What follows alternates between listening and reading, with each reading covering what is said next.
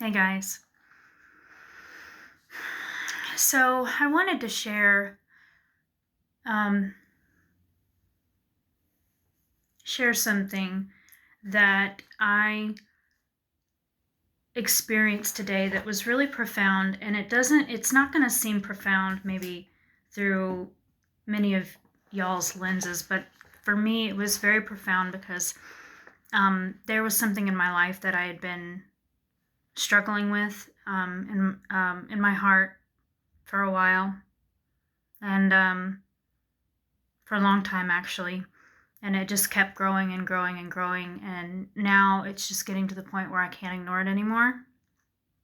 And so I've been reading these books, and 3 of the books are all women who are struggling with kind of the same thing, and I feel like I can relate to them in a lot of the ways that they're describing their struggles. And one of them is Jump and Your Life Will Appear by Nancy Levin. I know that's backwards because I'm making the video, but it's so far it's been a really healing book for me, because she, like me, had to overcome her resistance to what she knew she needed to do for herself. She finally decided to jump. She finally decided to overcome the resistance that she had towards, there was a certain thing that was going on in her life that she knew wasn't true to herself, that wasn't her authentic self. And so I was reading her chapter, Honor Your Resistance, this morning. And it wasn't just the reading of this chapter, guys, or the other books that I've been reading by the other female authors that also talk about similar struggle, like the similar struggle that they were having in their life. But it was just this feeling that came over me. I've read the chapter, and I'm going to share a little bit, or a couple of quotes from the chapter. But there was just this feeling that came over me. I was making candles earlier, and I just sat there while I was waiting for the candle wax to heat up, and I just sat there with myself, and it really was crazy how aligned I felt with myself. But not only that, I was really being given heavy guidance. I was really hearing it. I was really hearing it. And it just felt so clear, not just in the decision that I know that I need to make. I'm not going to be specific. I'm keeping it kind of personal, but I'm just giving you an example. If anything that you're wanting to make a decision, but you're on the fence about, that you're struggling with around, I was hearing very clear guidance around it, and it was so strong in my heart. Like, it was so clear to me, and even like down to the details of like what I knew that I needed to do, the steps that I needed to take. I was literally like just writing it down, because I knew at this juncture of my experience in my life that there needed to be some changes in order to go to the next chapter of my life. And I'm not talking about a small chapter. I'm talking about a big move, a big change. Not literally big move, but you know what I mean.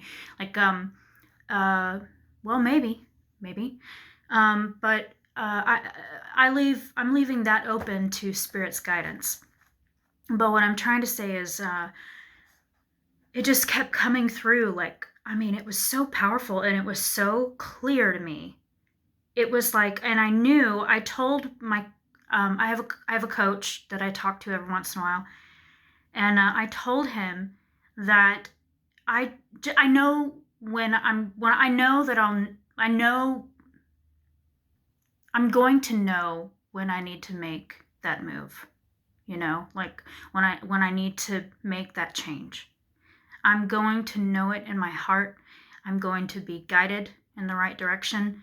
And this was like the catalyst day, I feel like. It was very much a catalyst moment for me today.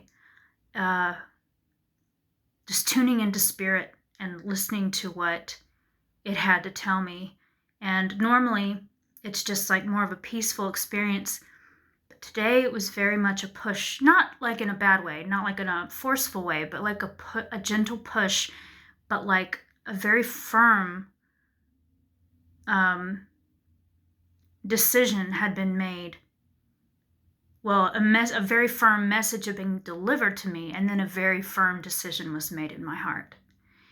And it was very powerful, very powerful. I wanted to share this quote from her chapter, from Nancy Levin's Jump and Your Life Will Appear, an inch by inch guide to making a major change. The chapter, Honor Your Resistance. So she, in her story, she uses the example of she had been unhappy in her marriage for a very long time. And she was a big major writer and director for Hay House. She knew Wayne Dyer very well, Louise Hay, all them. And she had been struggling in her marriage for a long time. She was a people pleaser. She pretty much was like not her authentic self with her husband ever. And so it got to a boiling point, and she admits that she had an affair, but she had the affair, but then 8 years goes by before he finds out. So that's kind of crazy, but anyway, so that's what kind of pushes her off the cliff, like, because when he found out, he could never really forgive her after that. And so she was basically, Spirit was forcing her to make change in her life and to admit to herself that she was not happy, that she was not in the least happy, at least in that department of her life. She loved her work, and she used her work as an outlet. She used her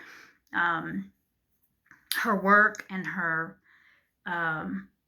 friendships and stuff like that as an outlet, but she knew that her marriage, she was not happy in her marriage. And so anyway, that's the background to her story. And so she talks about how she had to make the really heavy decision to leave him. And it took like maybe 1 or 2 more years after he found out for her to finally leave. But she learned through that period how just deep in this denying her authenticity, the authentic her, and what she really wanted and who she really wanted to become, how she wanted to experience herself. It took a while, but she did discover that, because she'd always been a perfectionist and people pleaser, and like many of us, and she's still a coach. I'm thinking about signing up for one of her courses. So she says, so in the decision-making process, when you're like, okay, I'm fucking ready to jump, I'm just going to do it. I'm not going back. I'm just going to do it. You will have doubts. It's not a one-time deal. You will inevitably have to make your choice over and over again in your mind. It's not going to be just like you decide, like, today I decided on this decision, and then it's going to happen overnight, or that I'm going to not have my doubts and my fear, really bad fear, I'm sure. She says, I had to keep choosing to get divorced and not go back over and over again. I had to reevaluate my decision more times than I can count. In fact, it became a daily practice. You can expect your mind to start making a case, if it hasn't already, for why change is impossible and why you should not do it. It'll give you all the reasons why you shouldn't do it. And that's where you make your list of why you should, why you must. You'll have to keep reminding yourself what you want. And that's important. You know, we abandon ourselves in so many ways. We think that our needs are not as important as others. We think that we owe people stuff because maybe they did something for us, or, you know, there's so many reasons why, but it's so tragic when we do that to ourselves. When we abandon our desires, we abandon what we really want.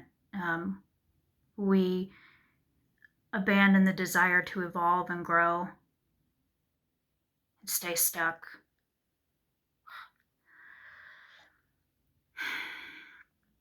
So anyway, I'm going to leave it there. I wanted to read so I wanted to expand upon this, the over and over again thing. And that's the biggest part of making change in life, whether it's a small change or whether it's a big change.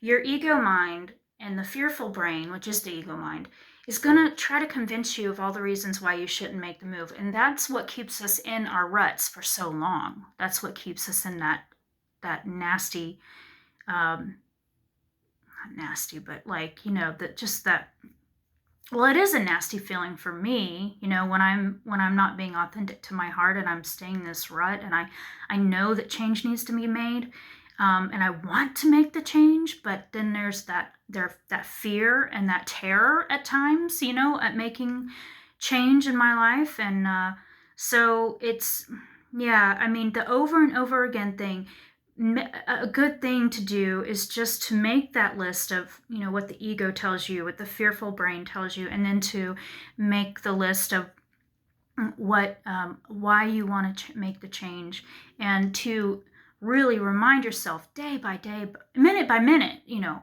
And also, it gets to the point where the feelings are so strong, you get so desperate and so wanting that change so much, and wanting those desires that you know you could manifest and you can experience if you weren't in the current stuckness that you're in, that your hunger just overtakes you, and you're like, I can't stand this for one gosh darn second.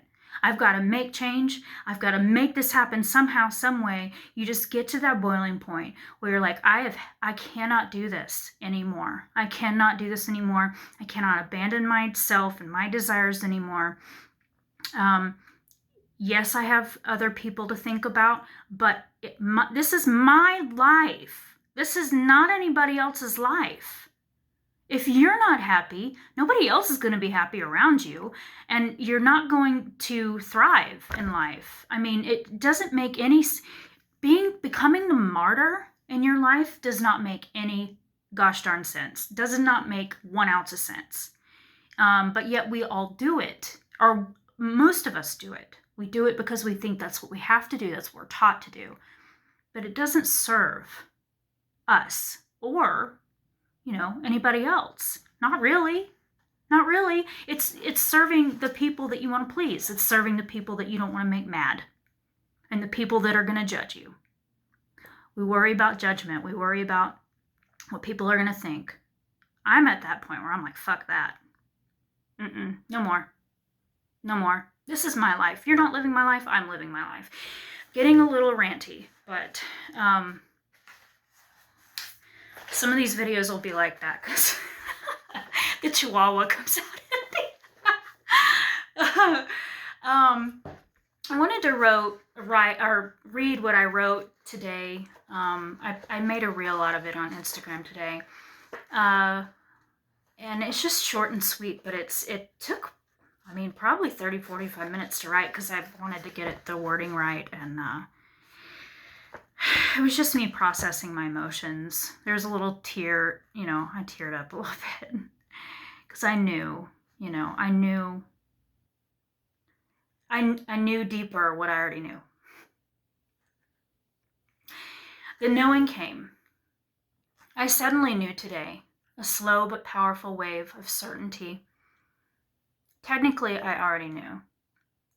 I was just waiting for that tidal wave to come crashing in, consuming me in its messages of clarity and certainty. The fantasies, the possibilities of what could be, are now promptly flooding the strictly guarded prison bars of my mind. The knowing has freed me to move past the you can't because to the you can because, then to you must because, I must because. And so my encouragement to you guys is that you will, if you are on the fence, you are in the crossroads of deciding, making a life decision, whether it's a small one or a large one, you will be guided and you will know the right timing. Like I told my coach, I said, I will know when the right timing is. I know I will be guided. I know I will be shown the way. I know that the messages will come in if I'm willing to listen, which I am. I have been being very adamant about making time for spirit and time to really listen to what my heart is leading me to do. And so I know that you guys, if you do the same, you will be guided, and that knowing will come. The knowing will come. Sometimes you don't know at all, but you know that it will be shown. Sometimes you do know, but you don't know how it's going to happen. And I was in that, I kind of, technically, I already knew, but I didn't know how it was going to play out. And I still kind of don't, not really, like the details of how it's going to play out, but I just know that now I kind of have an idea of what I want to do and how I want to do it. And it's coming together like a puzzle, you know, the pieces to a puzzle. So I want to encourage you guys that that's a part of the trusting process. Like when it comes to trusting spirit and learning how to have faith and how to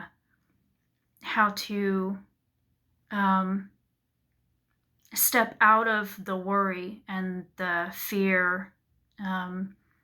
Jump and your life will appear. Jump and your life will appear.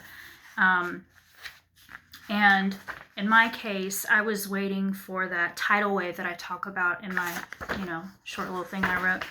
I was waiting for that tidal wave, but the tidal wave didn't come in the way I expected. It came more in the in just that really extreme feeling that came over me today, and the messages that came. And when I say messages, I'm not talking to like, I hear voices. I'm just saying like it was just like this huge, like heavy, not in a bad way, like a peaceful, like, but a very strong message of it's about time. It's about time. And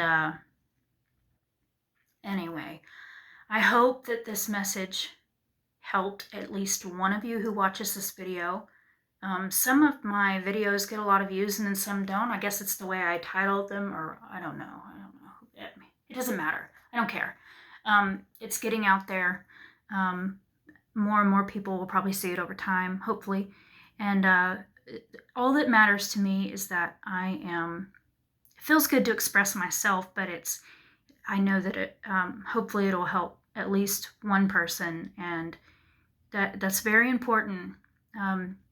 Even if you just change one person's life or you help someone in a big way, it's a ripple effect, so that when you help that person, they can help other people.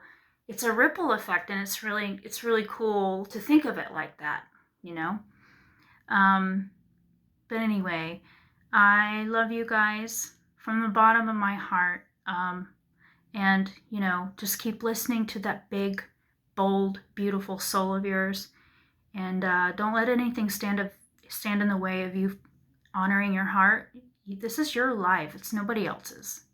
You have to do what you need to do for yourself. And you came in with a blueprint. You came in with a knowing already placed inside of you of what your desires were, what you wanted to accomplish, what you wanted to do, and not honoring that and instead choosing to follow the crowd or people please or whatever it is the case may be, you're going to be miserable, you know. And it may not be a miserable that it may be distractions, you know, that are keeping you from knowing just how miserable you are. But take those distractions away and take the people in your life that were